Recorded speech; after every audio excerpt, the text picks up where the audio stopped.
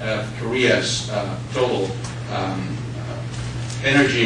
fossil energy requirements are imported. And this initiative of low carbon green growth aims to reduce fossil fuel dependency. Also, under the Kyoto Protocol, Korea claimed developing nation status, and thus Korea is not subject to binding targets in terms of greenhouse gas reduction. However, Korea is fully aware that may change, especially once the first stage of Kyoto expires, and Korea may actually be facing some binding targets beginning in 2013, so that is in preparation of that as well. From a domestic policy perspective, of course, you're all aware of the 747 plan that President Lee Myung-bak had, the pledge to spur 7% economic growth for a variety of reasons, including the recent global financial turmoil that didn't happen. So green carbon, low carbon green growth came in as a political breakthrough aimed to enhance the government's legitimacy and consolidate its support base. The Korean government introduced the Green New Deal in early January 2009, calling for an injection of 50 trillion won, that is 38.1 billion US dollars, to create 960,000 jobs, green jobs. 39 trillion won out of this 50 trillion will be invested in 9 key projects, including revitalization of the 4 major rivers by building dams, reservoirs, and other water management facilities, while creating 280,000 jobs, building a green transportation network, also building a database on national territory and resources to integrate territory management, building a better water resource management system, creating a cleaner energy program, including the development of green cars, and building a waste recycling program, and also focusing on managing forestry and infrastructure, improving forest management, building green homes and schools, and last but not least, cleaning up rivers to turn them into ecological rivers. Of course, the stimulus plan also called for a 2-fold increase in investment in research and development in 27 key technology areas, including climate change prediction and modeling, light emitting diode technology, and photovoltaic solar panels. As mentioned by David earlier, nuclear energy has also been targeted as a core component of low-carbon green growth. There are currently 20 nuclear power stations in Korea, accounting for about 24% of the country's power supply, and it is estimated that nuclear energy will account for up to 32% of all electricity in the country by 2010. There are plans to build 10 more nuclear power plants, and land acquisition is supposed to be finalized by the year 2010. Now, in addition to this initiative, the Green New Deal, in July of 2009, the Korean government came up with a 5-year green growth plan, and I know that this is somehow reminiscent of the 5-year economic development plans initiated in 1962 during the Park Chung-hee administration. This plan calls for the allocation of 107 trillion won, that is about $80 billion, including, of course, the previous 50 trillion allocated for the Green New Deal. The plan will focus on 10 fundamental policy directions: effective mitigation of greenhouse emissions, reduction of the use of fossil fuels, and the enhancement of energy independence through increased R&D investment in energy efficiency and the adoption of a smart power network. Also strengthening the capacity to adapt to climate change through projects such as the 4-River Restoration Project, development of green technologies, also the greening of existing industries and promotion of green industries, the advancement of industrial structure, the engineering of a structural base for the green economy, the greening of land, water, and the building of a green transportation infrastructure, and bringing the green revolution into the daily lives of people through a rather large-scale behavior communication campaign. And we all know that Korea is very good at behavior communication campaigns.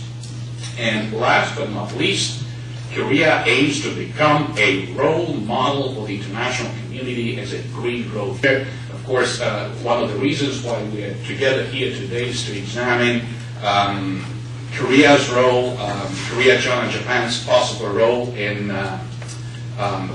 climate change intervention in Northeast Asia. As soon as Korea is concerned, of course, climate change intervention begins at home, because Korea is, after all, the world's 9th largest emitter of carbon dioxide.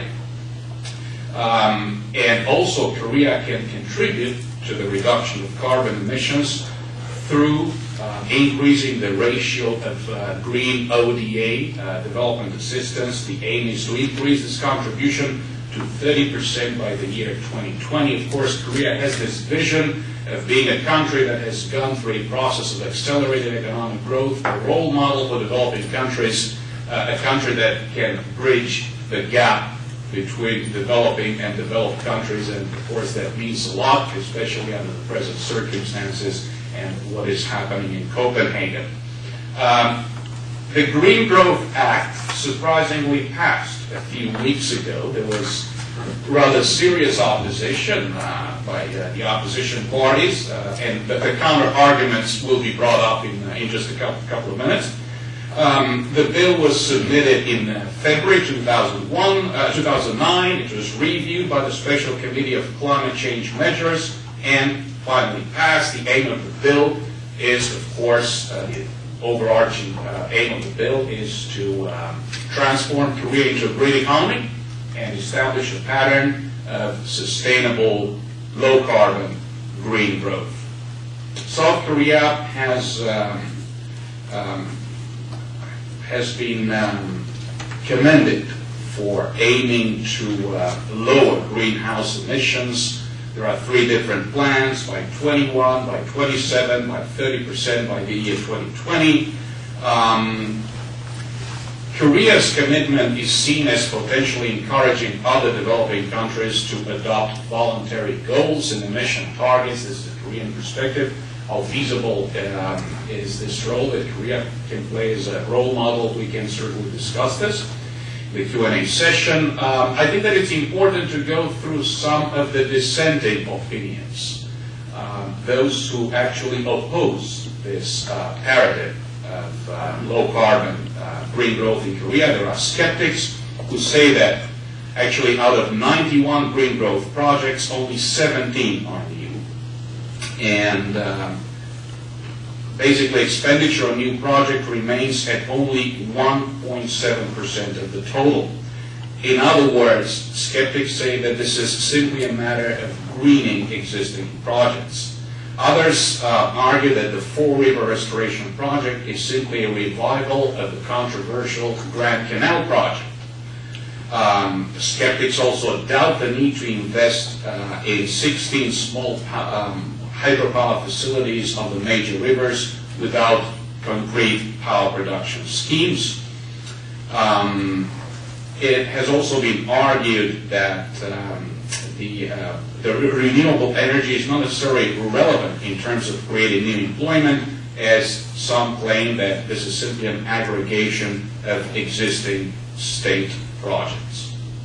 Of course, there are financial analysts who have compared in Korea and elsewhere the current global trend of investing in green technologies to the dot-com bubble. There is the argument that in the case of Korea, the price of raw materials may soar once the economy stabilizes and bounces back, with so many green projects underway, especially green infrastructure projects underway.